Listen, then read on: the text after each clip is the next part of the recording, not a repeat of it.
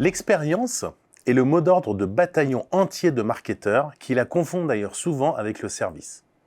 À les entendre, les individus ne consommeraient plus des produits ou des lieux, mais des expériences. Bigre! Mais que recouvre exactement l'économie de l'expérience? Est-ce que manger une glace dans un lieu thématisé suffit à parler d'expérience? La réponse est clairement non. L'économie de l'expérience part du principe que les produits se ressemblent de plus en plus. Par conséquent, il devient plus difficile de créer de la valeur économique en amont de la chaîne. Contrairement à une économie du produit dans laquelle on considère que la valeur est une sorte de substance littéralement fabriquée en amont puis délivrée au client à travers un canal de distribution, l'idée majeure qui sous-tend l'économie de l'expérience est que la valeur advient d'un processus de co-création avec le client. C'est dans la relation que se construit la valeur et non dans le bien lui-même. D'où l'importance des marques. Car rappelons-le, une marque est essentiellement une relation entre une organisation et ses différents publics. L'économie de l'expérience nous expose donc à une question sur la valeur des biens marchands. Se situe-t-elle dans le bien lui-même, ou dans le regard que nous portons sur lui, ou bien encore dans la relation créée avec des individus susceptibles de l'acheter et de le consommer?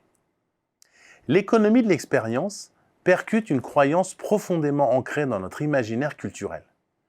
Elle nous oblige à reconsidérer la valeur des biens pour admettre qu'elle n'est pas substantielle.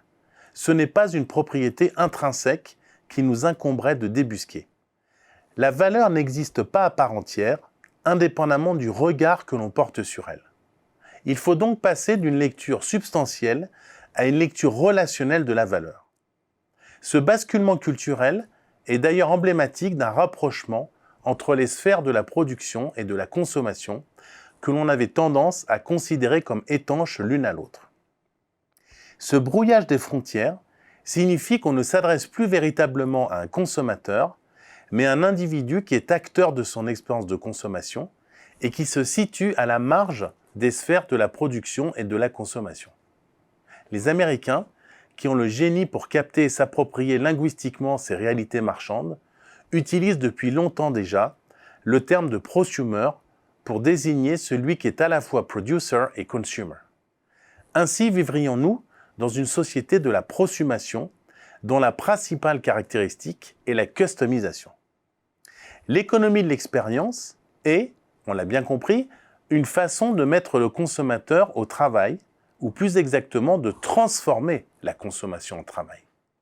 Et le travail, nous rappelle le philosophe Michel Foucault, concerne ce qui est susceptible d'introduire une différence significative au prix d'une certaine peine et avec l'éventuelle récompense d'un certain plaisir.